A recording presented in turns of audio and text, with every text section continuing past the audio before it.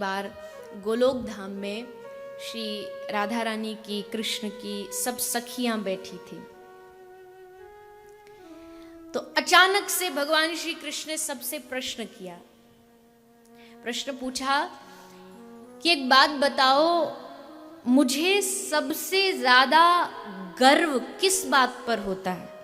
कौन सी ऐसी बात है जिस पर कृष्ण को सबसे ज्यादा गर्व होता है? तो सब अपना अपना बता रही। एक सखी बोली, आपको अपनी बंशी वेणु पर बड़ा गर्व होता है। ठाकुर जी ने कहा हाँ होता तो, पर सबसे अधिक नहीं होता। एक बोली, अच्छा आपको अपने स्वरूप पर गर्व होता होगा, आपका स्वरूप इतना सुंदर है। सब अपना अपना बता रहे हैं। तो वहीं राधा रानी बैठी थी। तो राधा रानी से कन्हैया ने पूछा कि आप, हे प्रियाजू, आप बताइए आपको क्या लगता है मुझे किस पर गर्व है? तो राधा रानी ने मुस्कुरा के कहा कि मुझे लगता है कि आपको सबसे ज्यादा अपने भक्तों पर गर्व है।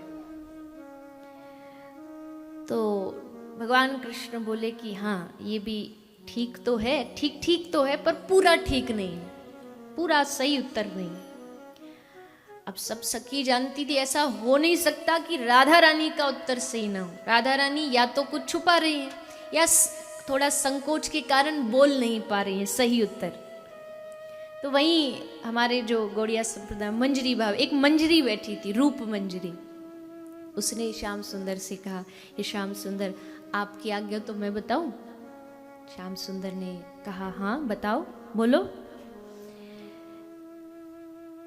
तब उस रूप मंजरी ने कहा कि मैं बताती हूँ श्याम सुंदर, आपको सबसे ज्यादा गर्व किस बात पर है? किस बात पर है? बोले जब हमारी श्री राधा रानी ये कहती है ना कि श्याम सुंदर मेरे हैं, बस इस बात पर आपको सबसे ज्यादा गर्व होता है। जब श्री राधा रानी श्याम सुंदर को अपना बताती, वाह श्याम सुंदर खुश हो गए, वाह वाह वाह वाह रूप, तूने तो एकदम मन की बात कह दी। मैं तुरंत गले से माला लेके उसके गले में अर्पित कर दी, पहना दी। तो यानी इस संसार में श्री श्याम सुंदर को सबसे ज्यादा गर्व इस बात पर है जब श्री राधा रानी कृष्ण को अपना कहती है। तो सोचिए, अगर हम श्री राधा रानी का नाम स्मरण करें, नाम का गान करें, ठाकुर जी कहते तुम्हारे मुख पर रा भी आ जाए, रा, तो रा सुनते ही भगवान श्री कृष्ण एकदम सावधान वाली पोजीशन में आ जाते हैं। सावधान, अब कोई कुछ हुआ कहीं।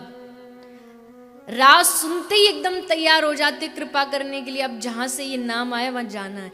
अब लोगों ने कहा प्रभु थोड़ा पीछे वाले वर्ड का, शब्द का तो इंतजार करो, रा के बाद हो सकता है जा भी बोले, राजा कुछ और भी बोल सकते। ठाकुर जी बोले मुझे फर्क नहीं पड़ता, उसने रा बोला, रा सुनते ही श्याम सुंदर उठ के उस पर कृपा करने आ जाते। क्यों? क्योंकि उनको पता है रा के बाद अगर कोई शब्द आएगा तो वो आएगा धा।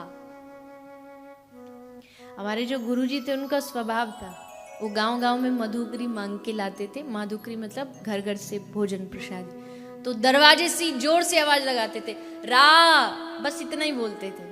और जो घर वाला होता था, जो भी घर की, वो मैया बोलती थी धा। तो मतलब अब दोनों का मिलन हो गया। आधा नाम बोलते थे, रा बोलते थे। तो ऐसी श्रीमती राधा रानी जो हम सबकी अधिष्ठात्री देवी हैं, कर्मन की रेख देख कृष्ण अपनावे बिंदु, बिंदु महाराज, कर्मन की रेख देख कृष्ण अपनावे देख बिंदु, बिन देखे अपनावे सोई वृषभानु की दुलारी।